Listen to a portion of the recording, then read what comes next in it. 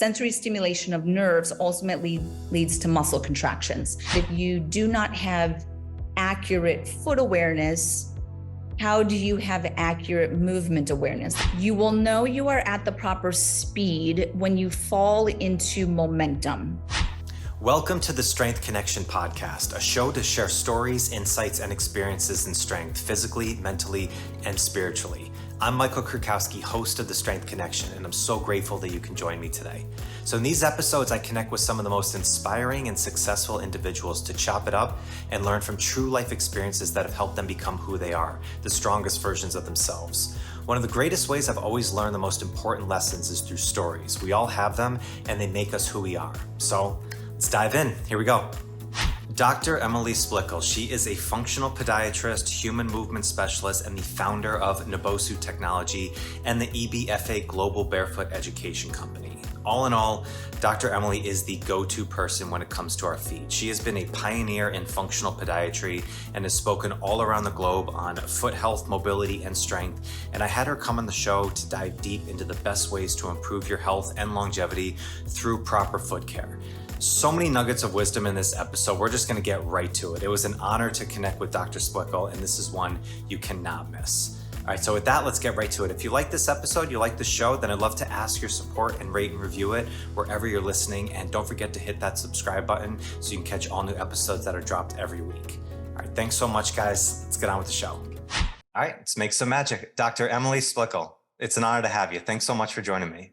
Thank you so much. It's a pleasure. Yeah, I've followed you for a long time. I actually heard you speak maybe a decade ago in Perform Better in Rhode Island.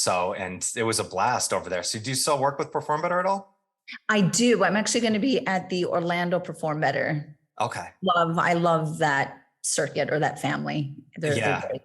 Oh, it's a great thing. We used to go to Rhode Island all the time with my former team, and there's 30 speakers. I mean, it's like such a sensory overload of stuff. But you were one of the first people that I really heard speak specifically about foot health and foot strength. And at the time, I think it went way over my head. There was so much information, but it's such an important topic. So I really, I'm excited to have you on and dive into some strength stuff with the feet. Absolutely. Yeah. So you are a functional podiatrist, right? How would you define that? Yeah. So functional podiatry, it's not a formal specialization within podiatry, but it's one that I'm trying to push an awareness around. So as a functional podiatrist, kind of like a functional medicine doctor, is that you are looking at the body holistically, integratively. From a podiatric perspective, that obviously means integrated biomechanics. Mm-hmm. So I'm curious about what's going on in the pelvis, in the core, and the hip, and then creating programming or correctives that are foot to core or integrative centric. In addition, though, I also focus on sleep patterns, stress, inflammation, gut biome, everything that kind of would fall under functional medicine. Mm-hmm. Reason that my practice as a functional podiatrist is primarily chronic pain patients. So They either have some sort of chronic movement disorder, maybe a chronic neuritis or neuropathy. So there's some sort of systemic and oftentimes emotional influence on how they're presenting. So I just try to factor that in. Was this kind of the avenue that you always wanted to do, getting into more of the functional holistic approach, or did you do more of traditional podiatry and then this was like you see either like a flaw or something missing that you wanted to go above and beyond? Well, I always saw that there was a disconnect, called a flaw if you want. Mm-hmm. Yeah. Because I started in fitness. So I've been in fitness for over 22 years. Mm-hmm. And was a trainer teaching group exercise when I started podiatry school. So I was able to start to connect what I was learning and then started to quickly find that their teaching is very isolated. The patient is never getting out of the chair. They're not talking about anything about the glutes or the core, the pelvic floor. So I saw this almost like I was given 50% of the information and it was just not sitting right for me. So I quickly started to explore and try to see how I could tie it in. And then when I was going through my residency, I actually left, went back to school and got my master's in human movement to further help me bring that connection, but then have a degree and education that essentially validated that connection. So it was important to me from an academic perspective to have certain credentials. I know not everyone thinks that that's important, but to me, it was just very important. 100, absolutely. You know, especially going in as a medical professional, having this master's in human movement was very important. And then the other aspect of functional medicine, sleep patterns, stress levels, emotion, vagus nerve, all of that was a side passion where I'm just fascinated in anti-aging medicine and anti-aging science Sure, and yeah. longevity. And then I started to see how I could blend them. So that's been really the last 5 years, or the latter part of my clinical career, has been really this, the integrated functional medicine side. I was always integrated biomechanics. Sure. And now, yeah. Yeah. Is it gaining a lot of speed and traction in functional podiatry? Because I know, like, I came into the world of fitness from learning functional movement. So kind of the integrated approach was still kind of, I guess, early on with Gray and Lee when they were building the program. And now it seems like it's all over the place. Was this like a not so common when you first got into this, of kind of looking at podiatry as like also with human movement? Yeah, very much so. And as far as like scope is hard, especially when you're under insurance, because there's always this fear of I can't get out of my scope, where like, okay, I can't touch anything that is above the ankle. And this is very much in New York. I practiced in New York. This is where I trained. Yeah. And I found it was very fear-based. And Western medicine, my opinion of Western medicine, is very fear-based medicine, which means you are trying to protect yourself as the medical professional. So you're so scared of protecting yourself that you over test, or you over prescribe pharmaceuticals, or you over inject. So it's very reactionary. Exactly. Yeah. So I started to kind of, I guess, just kind of challenge and say, like, I have a justification for talking about the core and the hips because it affects the foot. So I'm not out of scope. But then what I did to finally really open up the scope is I pulled out of all insurances. So I'm not under insurance anymore. I do what's called direct care and create a very niche practice that people come to me now expecting me to talk about foot, core, sleep, supplements, things like that. It's interesting. I'm in New York and I have quite a few friends in the physical therapy world, which are kind of under the same kind of thumb of the insurance base, where they might know it's something that's going on in the body with the shoulder, but it only says you can focus on the hip. So if you don't cross every T and dot every, I know it's a tough thing to do. Going that direct care route, I mean, it seems like the right approach, to do, but I'm sure it's a challenge going that route at the same time. It is, because you're expecting patients who are already paying a lot of money for their insurance policy, just the baseline, not any additional coverage fees and their deductible and things like that. So you have that component that you have to respect. But then when you say, okay, I'm a fee for service, this is my fee, the patient has to be willing to do that. And, knock on wood, I have not had an issue with that, but I think it's because a lot of people are now at this frustrated point with the healthcare system, especially in the US healthcare system, that they get 15 minutes with the doctor. They're kind of hustled in. No one's really listening to them. So they actually see the value add of direct care physicians, and they say, oh yeah, all of my doctors are actually not under insurance anymore. So they just kind of know it's part of the process, which is unfortunate if you want to get that undivided attention. And I'll spend an hour with a patient. So I help them to know, okay, yes, you're paying for this out of pocket, but I will spend an hour with you. I will answer all of your questions.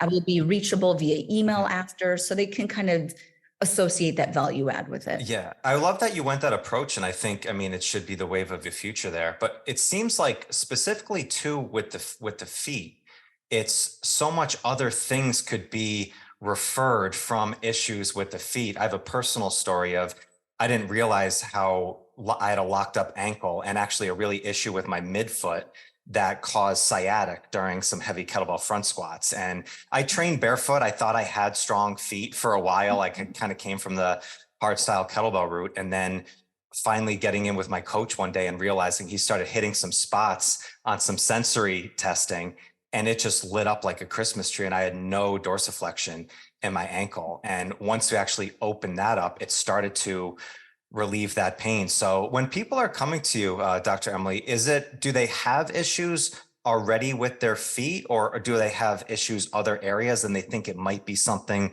that's going on with their feet?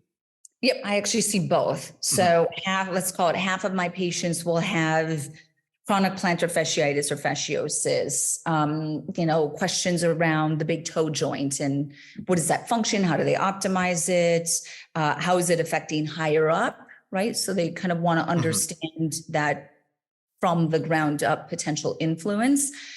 So they know that there's something in the foot, they just don't fully understand it. And then I explain it to them. Where others, I'll actually get referred from orthopedists and chiropractors and other specialists who understand how I treat, who will say, hey, I have this patient, let's say they have longstanding sciatica and they've tried everything, they've done imaging, they've done their standard protocol, and they're still not getting the results of what they expect. And then they're like, I don't understand the foot to the same level as you. So they'll say, go see Dr. Splichal, she'll do an assessment and then tell you or tell me, is this coming from the ground up? And have I actually been treating it top down versus bottom up?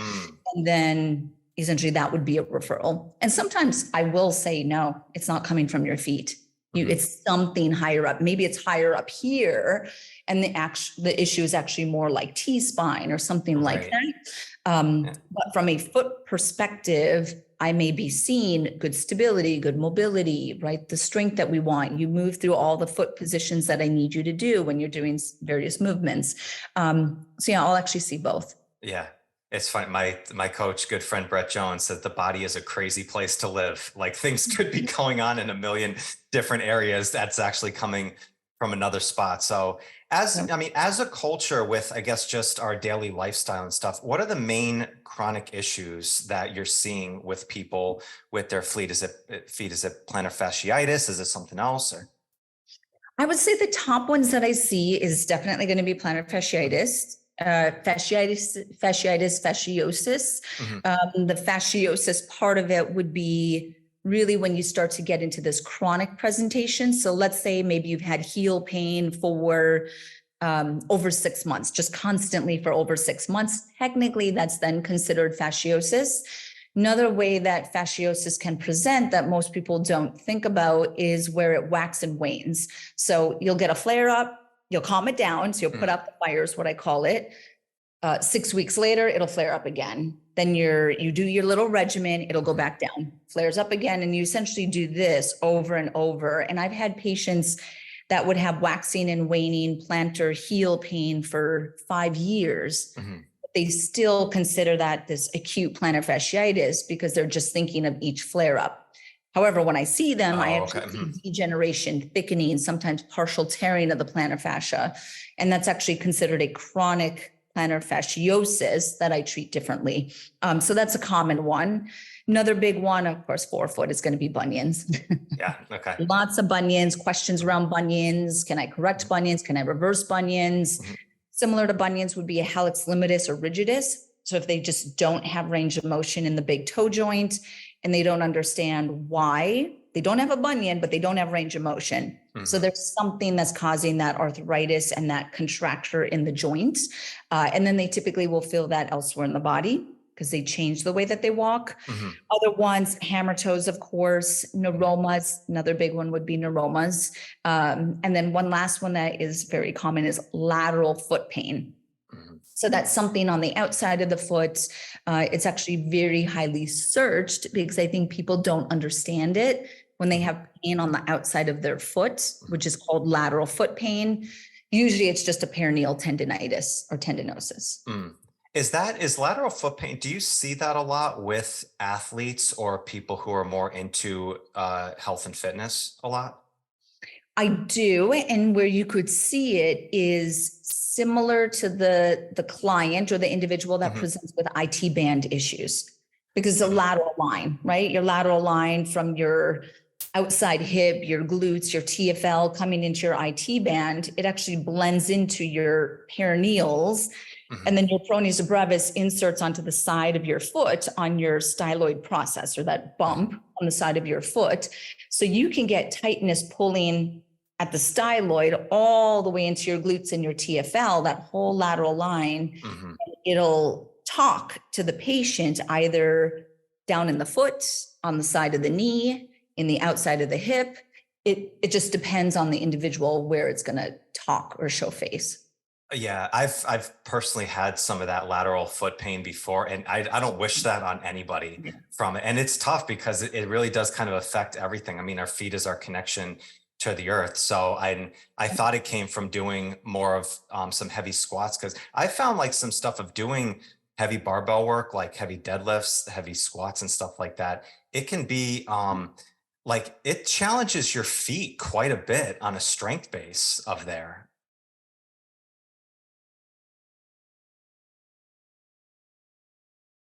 Yeah, no, 100%. And if you don't have the sufficient range of motion, someone can easily compensate and not realize it, or they are trying to correct for, let's say, like a knee valgus. So if your knees are falling in or collapsing inward, or your feet do, a lot of people will tear the ground apart. So they'll do kind of an action of tearing the ground apart.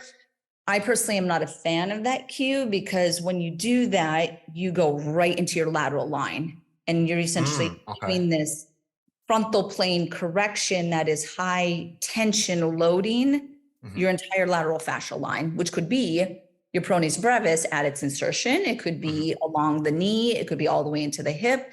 So I try to avoid that degree of fascial activation as a way to control, let's say, foot position. Sure. What do you think would be a better approach versus, because that tear the ground apart is a big cue that is in speed and strength work. Yep. It's a easy cue that is quick for people who do not understand joint coupling or integrated biomechanics. Very quick feedback for a beginner. Exactly. Really, the way that you want to be correcting is a external rotation spiral. So you want to think about rotating all the way up into the hip, and it's externally. So with your screwing the foot in the ground, that would be kind of the cue, but it's rotational in its action versus moving to the side. So that's frontal plane. When you rotate, that's transverse plane. So I try to do a transverse plane correction versus a frontal plane. Okay. Yeah, that's a really good point. That's completely different movement when you get that spiraling position. We teach that in kind of finding your foot position in kettlebell swings, of kind of that lock and rock, of kind of find and wedge through that position, kind of get that alignment there. That's beautiful. So you mentioned like the 3 pillars of foot health that you talked about. You talked about sensory, input. Then you talked about the integrated strength, and then foot recovery.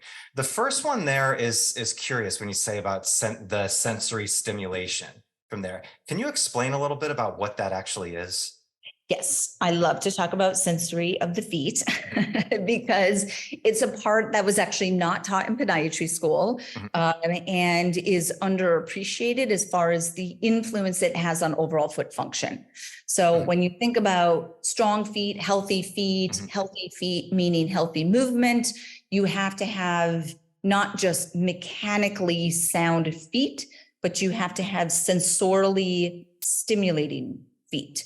Do you feel your feet, right? Can you feel the tripod? Do you feel the ground underneath you? How could you wake up those nerves? Because sensory stimulation of nerves ultimately leads to muscle contractions. So if you bring in the sensory, you bring intrinsic or small muscle contractions to the foot. So it's a way to build strength in the foot. I also will often say that if you do not have accurate foot awareness, how do you have accurate movement awareness? Like, you can't. One inherently influences the other. Sure. So imagine someone doing kettlebell swings, if you want to say that, and they are so disconnected to their foundation. They don't know if they're collapsing in. They don't know if they're in their toes. They don't know if they're in the back of the heel. They just can't feel anything. That's going to ultimately influence the rest of the mechanics of various kettlebell exercise. Right. Another great example would be golf.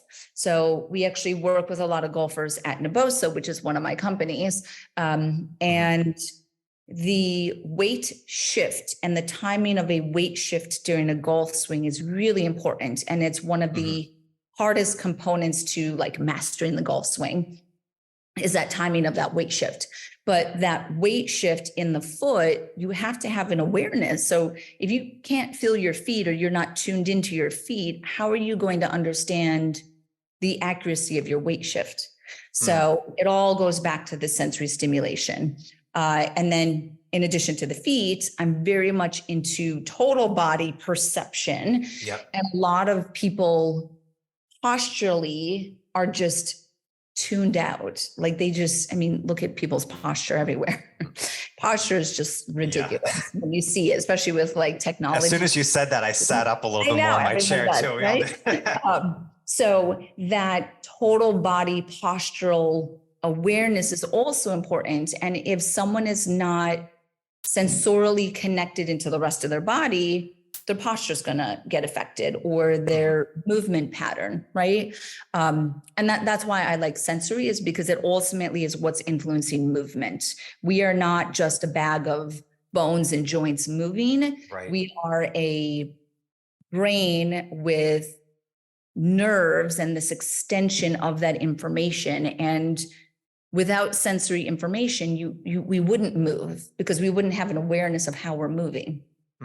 Is there a spectrum of the sensory stimulation that we should have? Because I assume like some maybe like could say, yeah, I feel my feet, but not kind of really. Like, is there like a test for that, of being like how much that we should be sensing kind of each part of our foot? Yes. So like when I do workshops and lectures and stuff like that, if I bring, let's say like a Naboso mat, I'll use that as an example. And for the listeners that are not familiar with Naboso is a sensory product line that I developed to help build awareness of the feet. So let's say if you have one foot on the Naboso mat and one foot off, and the foot that is off is on carpet, let's just say, right? So if you're standing normally just on the carpet and you're like, do you feel your feet? Yeah, I feel my feet, right? And then we say, okay, put one foot on the Naboso texture and then one on your carpet, and then there. Do you now notice the difference of what you could be feeling, what the potential is to feel your foot, right? And then if someone is like, I guess, right? Because again, there's different levels of the ability to tune in, right? Some people are just very connected to their body, like dancers, Pilates, things like that. A lot of athletes will be very connected to their body. I might then say, shut your eyes. So I'm taking away one sensory input system to allow you to tune in to the feet, right? Sometimes we have to shut our eyes to do that. And then I would say, okay, now do you notice a difference even more? Right. And then if you keep your eyes shut and you keep one foot on the Naboso mat, one foot on carpet, and then just notice, bring awareness to your pinky toe. Do you notice your pinky toe a little bit more with the texture under it? Do you notice your fourth toe, your third toe, right? And you kind of cue them and you take them through it. When I teach coaches and trainers on how to do sensory-based cueing, it really is through the art of what you're saying, right? And cueing is an art, right? A good trainer or coach has to be really good at cueing and how they guide the client or the athlete through the experience of movement, right? We don't want to just be like, okay, 10 reps, good, right? Like, how are you going to help them to feel and to auto correct, right? I do a lot of stuff where I will film and then show, right? And then say, this is your movement pattern, right? So I want you to see when you're doing that, let's say a deadlift or something, you're dropping too much in this position, right? You see it, let's do it again. Do you feel it? Oh, shoot, I actually do feel that I'm dropping too much, right? Something like that, because you want the client or the athlete to ultimately be able to sense themselves a error or an inaccuracy in the posture during the movement. And that's based off of cueing and sensory perception.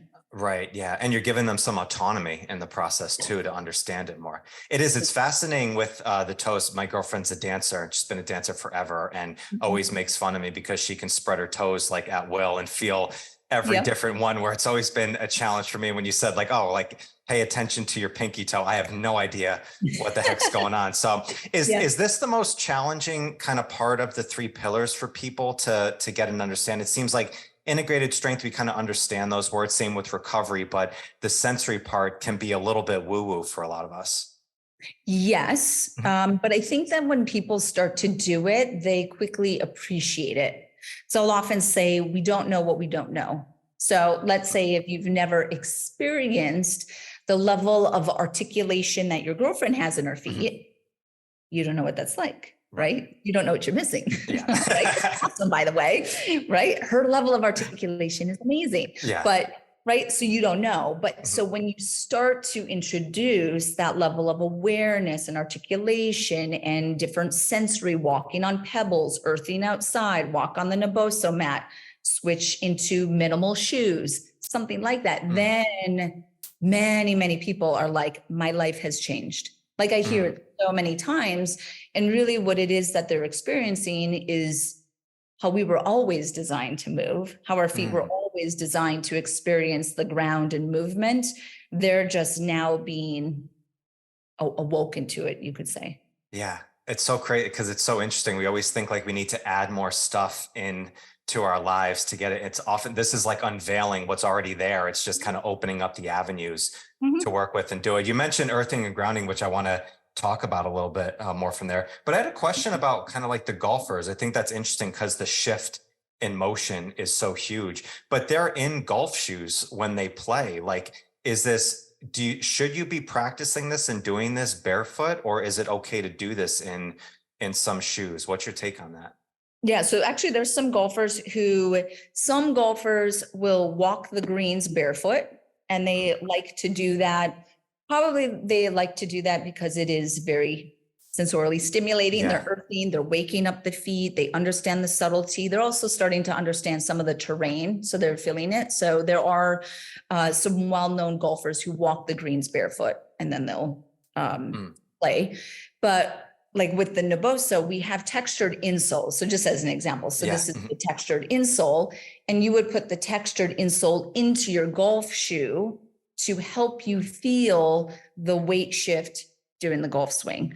So that would be an example. But even at that, proper or consistent cueing of foot awareness, weight shifts, subtleties of the feet, you would be able to do that with socks on in a golf shoe if you consistently train it. Okay. So it's probably safe to say probably best to practice it at the beginning, probably barefoot, like get that kind of real feeling. And then after that, okay, if you have a shoe, you've already built yourself to train enough that you know what the heck's going on. Yep. So it's a skill, right?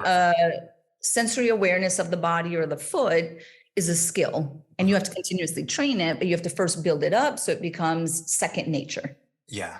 No, I fully understand. I mean, same thing with a lot of strength. Strength is a skill that you develop. And you work on it a little bit at a time. It's kind of a mastery type work there. So you mentioned the earthing and grounding. This is fascinating because I know it's quite big now in MLB. There's a lot of players that are going out in baseball and going out kind of walking where their spot is. And I'm like, what is going on there? Is it just that you're kind of getting into your natural posture, kind of connecting with the sensory stimulation in the ground? Or do you think, is there more that's going on from that practice? My guess is that that's how they're prepping the body, prepping the nervous system. They maybe do or don't understand this, but they're also anchoring. So let's say if a MLB player is doing a very specific barefoot walking the field, right? Or something like that. They are waking up the feet, but the anchoring component of it is that they are setting their mental focus to prepare for the game. And this is one of my favorite aspects of like the psychology of sport and psychology of training and stuff, is by doing the same thing when you do your movement prep or you prep for the game, it is very anchoring. I like to play the same song. So when I train, when I'm doing my movement prep, I will play the same song, and it's kind of like, okay, like we're ready, we're here, we got it, we know what we're going to do. That psychology of it probably is a component of it, that they're mentally getting set, but then they're also waking up the feet, they're connecting. Earthing, if the listeners are not familiar with what that is you're connecting to the earth, which is based off of polarity. So if you've ever seen like the magnets for like motion sickness, or illnesses, they'll have these magnet bracelets, right? Or there's magnet insoles. What those are doing is understanding that acidity and inflammation in the body is the positive charge of a magnet. So it's a positive charge, it's acidic. You kind of associate those the same way. The earth has a negative charge. So what you are essentially doing is canceling out or balancing out the positive acidity in the body through the negative charge or the alkaline aspect of the earth. So it's very inflammatory reducing. It can help you find circadian rhythms better. So when I travel, I actually like to earth when I'm going into a new time zone, especially like 12-hour time zone difference. Yeah, sure. Right. But it's really, really great for also improving circulation. So many, many benefits to earthing. And one of the doctors that has researched earthing the most, his name is Dr. Frank Sinatra. Not Sinatra, wow. Not that Sinatra, Sinatra. But, and he actually recently passed away, but he has done some of the greatest research around earthing. Was a cardiologist. I actually heard him present at the American Academy of Anti-Aging Medicine on earthing and all of his research and how he would use it with his cardiac patients as a way to support circulation and inflammation. Wow. So what a fascinating name. Very original. Yeah, I know. I think I read this from some of your work that oftentimes we think of earthing like you do it on grass or maybe you do it on dirt. But you said even concrete, it's still getting some benefits from it. Is that true? Yep. I used to earth in New York, which sounds crazy, but when I would be at a red light, I would take off my sandals and stand barefoot on the sidewalk, which sounds gross. But it would be a way. Pretty normal for the city. So they're just like, whatever, another crazy in the city. But by doing that, I swear that I would be walking around in my sandals and let's say I'm getting just tired. My calves are fatigued. My feet are fatigued because I've been walking blocks and I stand on the concrete. I would feel a systemic effect from that. So I would love to do that. And it would just feel good on my body and be like a little reset. So yes, so you can do it that way. What's interesting as far as acidity or positive charges, EMFs, you could also think is something that you want to ground against all the EMFs in our phone, EMFs coming from this, is apartment buildings. And the higher you are up in an apartment building, you are further away from the ground. So the need to ground or earth increases if you are in like a high rise in the higher floors of a apartment building. So that's something that is interesting on it. You cannot ground with traditional shoes. So if you have a rubber in your shoes, you cannot ground with the rubber.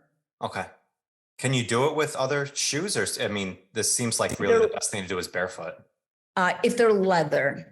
So the shoe has to be made of leather and then you would be able to ground. Yeah. You know, it's interesting because I have a little lake by my house where I take a kettlebell and go train sometimes. And it's always barefoot, either on the beach or on the grass. And it's always like one of the best workouts that I do for the day. And I always just think of it, it's just the environment, like it's just a little bit stressed, but I'm thinking there's an added benefit to just feeling the ground underneath with the feet at the same time. 100%. That's interesting. Yeah. So that stuff is so fascinating to me. And is there like a specific time for that like you should do? Is it 10 minutes, 15 minutes? Is it kind of like a daily type practice that we should do? Yeah. So I'll tell patients to do, if they could do 15 minutes a day, that's great. Actually, when I was in India, I was speaking about this and a gentleman had said, oh yes, there is a traditional Indian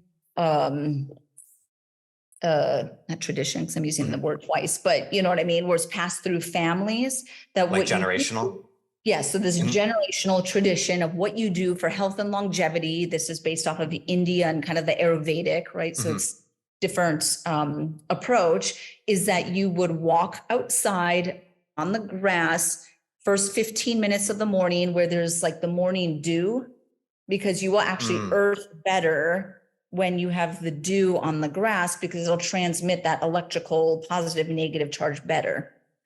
So that's what they told me. And I was like, oh, that's so interesting that's something that I recommend. But now I'm hearing it in another culture that's something that they've recommended for years, past generations. Yeah, no, it all makes sense. So looking at like high speed athletics or like sprinting and running where the foot is so important and stuff like that, are there specific determinants that you look at or assessments to determine like the best mobility or strength? Like, is one more important to focus on versus another if we're looking at really optimizing like our strength or our speed training? Yeah. So let's say speed. I would say the ability to rapidly stiffen your foot is what you want to be thinking about for speed, because speed is related to contact time, and meaning the shorter your contact time, the faster you are going to run. The fastest runners have the shortest contact time. And there's a direct correlation between foot and ankle stiffness and shortened contact time.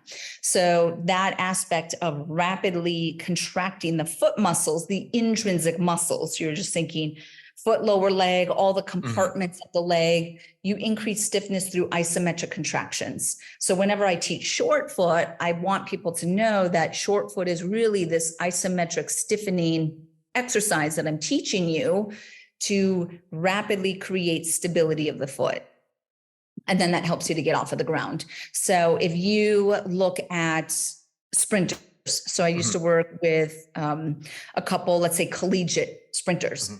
They are typically not very flexible because they're very tight. So tight. And they are, right? They're on the edge of contraction is what I call them. They're hypertonic, right? They might have a lot of muscle pain because they have a higher baseline tone in their muscles, but it is that higher baseline tone or hypertonicity that actually makes them fast, because they are able to stiffen their foot and ankle complex faster than someone who is like a very flexible yogi who loves more flowy, right, and they might have Ehlers-Danlos, right? So they're like a contortionist type person, right?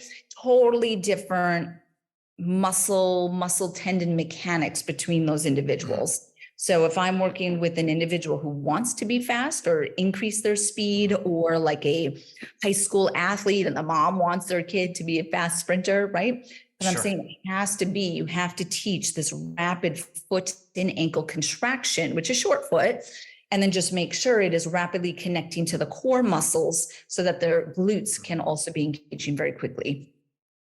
Yeah, no, it's interesting. I worked with one guy who was going for Olympic track and field trials. And when I did some assessment with them, I've never seen somebody so tight on one side, and then realized his hips were like offline because you're always going one way around the track. He built this crazy asymmetry. And I had a debate with a good friend who worked with a lot of speed training, that you don't want to have too much mobility in that as well, because they need that stiffness. Is that kind of the same thing with the foot? I'm sure there's a certain amount of dorsiflexion that you want to have and kind of some pliability, but is mobility maybe not as important for getting to like a high level of kind of speed athletics?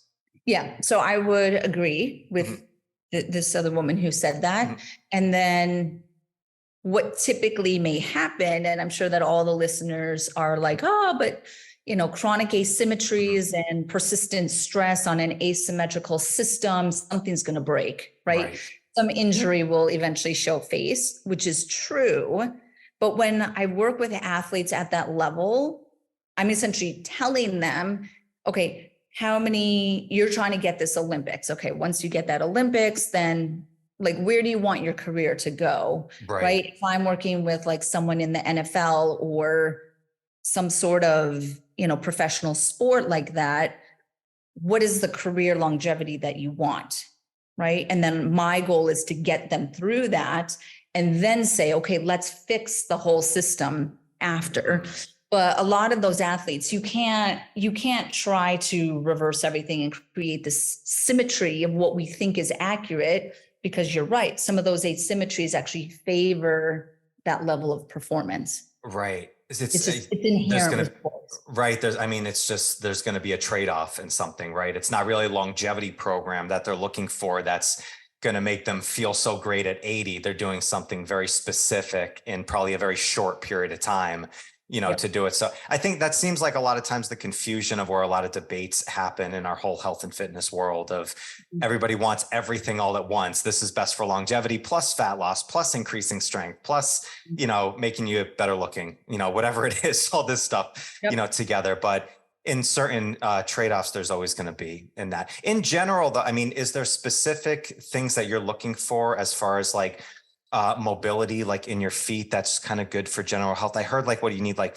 4 inches of like dorsiflexion, or is it 6? I kind of totally forget. Yeah. So with your ankle, you would need at least 5. So you're smack in the middle of what you said. All right. Yeah. You need at least 5, which is actually not a lot of dorsiflexion, but this is in order to walk. So in order to walk optimally, you need 5 degrees of dorsiflexion. And that dorsiflexion is when your foot, your arch, and the heel are in what's called neutral. Where most people get their ankle dorsiflexion is they pronate to get it. So they'll drop their foot in. And when we drop our foot in, your lower leg rotates in. So we get this total unlocking of the foot and the lower extremity just to get ankle dorsiflexion, right? So your body's going to figure out a way to do it. But ideally, I would like 5 degrees in neutral arch, neutral subtalar joint, it's called. That's where you can get your range of motion. That then allows you to take sufficient steps or strides, if you want to call it. Technically, 2 steps make a stride, but step length, so that you can load your Achilles tendon and your potential energy when you walk. So we walk efficiently. Another area that you want is your big toe. So you need to have at least 30 degrees of dorsiflexion in your big toe. If you don't, you will compensate somehow.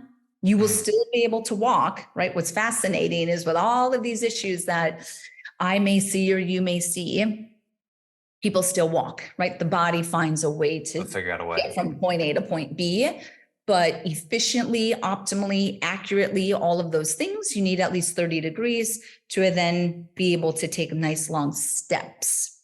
And the importance of long steps is that it allows you to swing your arms. So when I do a gait assessment, I'm looking at big toe ankle mobility, right? Okay. Do they have those 2 areas that I said so they could take these steps? Do they have enough pelvic mobility to take a long step as well? So can they get into enough of an anterior tilt? Can they rotate their pelvis internally and externally? So they're kind of this way. And then obviously this way as well. Right. But can they unlock their pelvis to take long steps? Is their T-spine rotating? Are they swinging their arms? So if they are sufficient T-spine, pelvis, ankle, big toe, then they can get their arms swinging, and then they can walk fast enough, because optimal walking isn't just mechanically what you look like, it is the speed at which you're walking.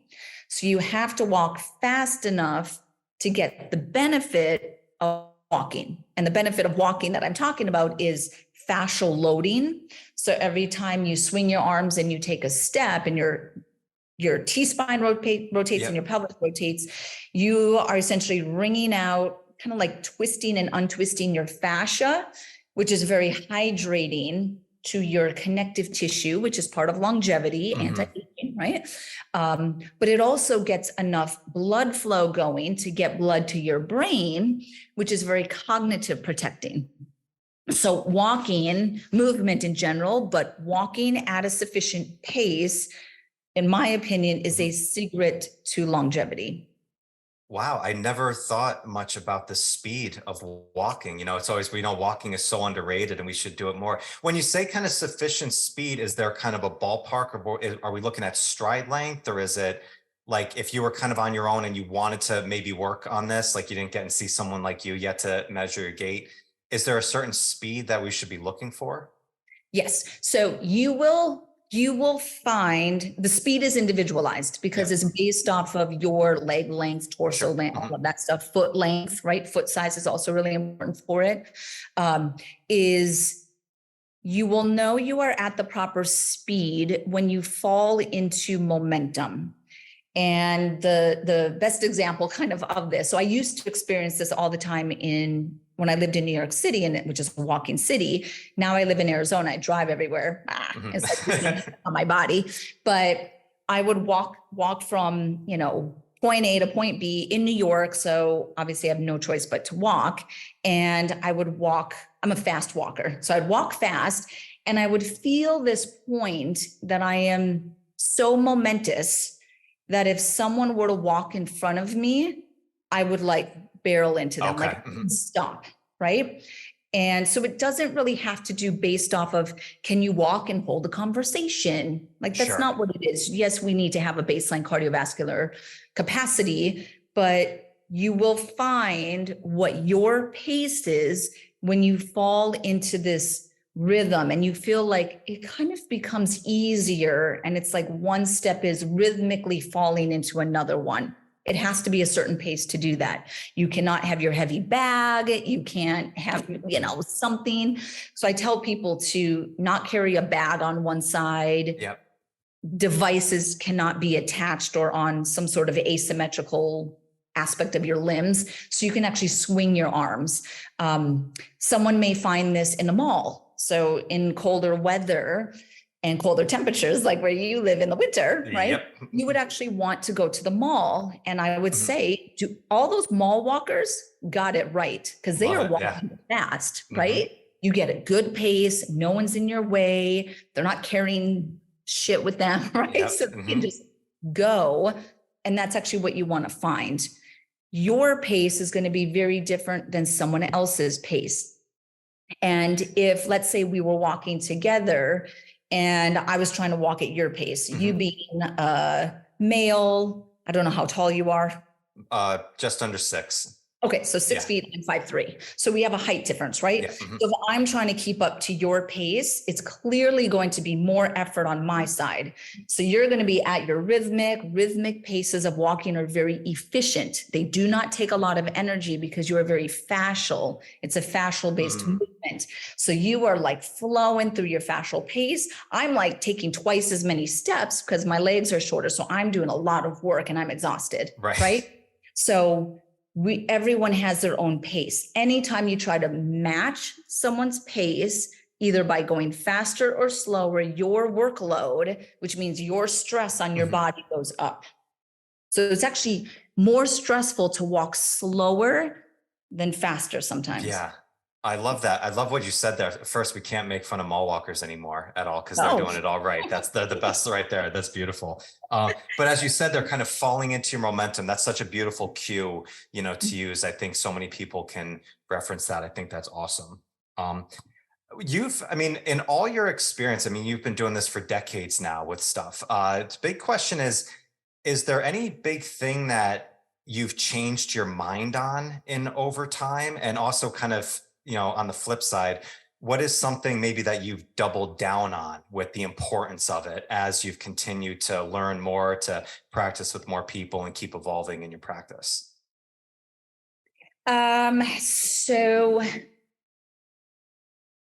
I would say is one that we didn't actually talk about, so I'll kind of tie it in, is my relationship with orthotics. Let's say that one, just keeping with the podiatry, is being very, coming from a barefoot perspective and a minimal shoe advocate and natural foot advocate, foot function advocate, it is assumed that I am therefore anti-orthotic. And in my years, I pulled many, many patients out of orthotics and convinced them they don't need them. Now, what I've realized through just years of doing it is that there's a time and place and appropriateness of having orthotics. And what I've really, I would say, doubled down on and focused on not just with the orthotics, is I have my beliefs of where I want people to be and what I think optimal foot function is based off of, right? Minimal shoes, getting barefoot, strengthening your feet. Those are my beliefs. It is my medical or professional responsibility not to approach someone from a biased perspective. I can't force someone to do what I believe is best, right? Also, not every feet can tolerate being in minimal shoes or doing dynamic ballistic movements like box jumps barefoot. So I need to meet the patient or the individual at their reality.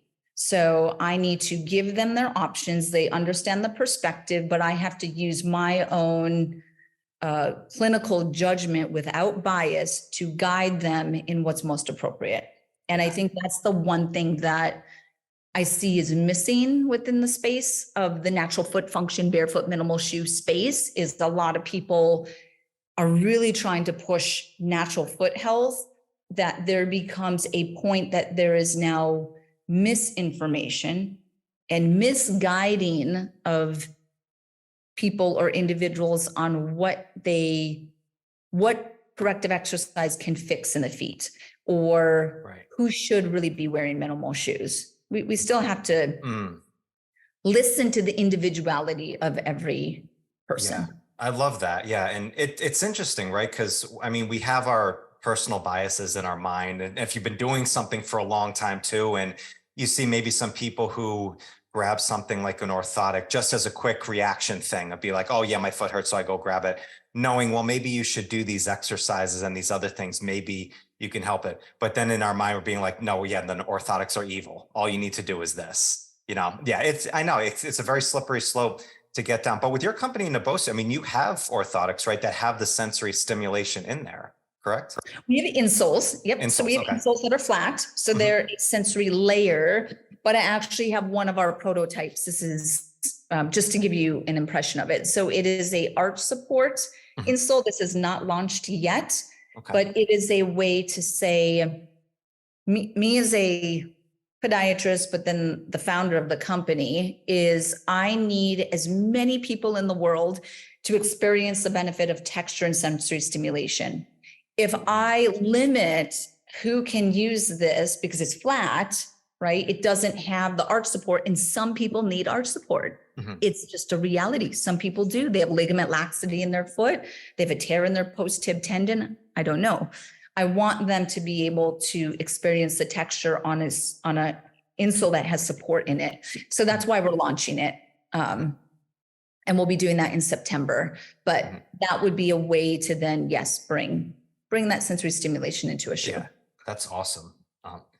Dr. Emily, this time has absolutely flown by with you, and I wanted to talk more about Naboso. I'll just have to invite you back on to do a round two, and we can get into that work. No, I appreciate so much your time. I've learned so much from you and the work that you're doing. So thank you so much for taking the time today. Really appreciate it. Of course. Thank you. It was a pleasure. Absolutely. If people want to follow you, keep up on everything that you're doing, you've got so much stuff that's going on. What's the best place that we can direct them? Absolutely. So my Instagram, which is probably the best social platform, is The Functional Foot Doc. And then Naboso on Instagram is Naboso, NABOSO _technology. My podiatry practice is my name. So dremilysplichal.com. I have tons of education that is out there as well for fitness professionals and coaches. That is ebfaglobal.com. And then Naboso for the sensory products is naboso.com. Yes, I'll testimonial on that. So much free content that Dr. Emily puts out. Thank you so much. And listeners, thank you so much. I'll catch you guys on the next one. Peace. Thank you so much for joining me today. I hope you found some great value here. And if you like this episode, please drop a comment and leave us a 5-star rating and review. It does more to build the show than you can imagine. And do not forget to check out and join the Strength Connection Facebook group. In this group, I share the biggest takeaways and lessons from these amazing conversations, as well as training and strength tips for pursuing mastery and fulfillment in life. This group is filled with individuals looking to take full control over their strength, and it's the perfect space to explore new ideas and to share your journey. And you'll also get exclusive access to the Strength Connection Mastery Seminars. It's a deep dive into the physical, mental, and spiritual training that you can begin using immediately. So do not wait, go now. Seriously, go. All right, much love to you. Thank you so much, and I'll catch you on the next one.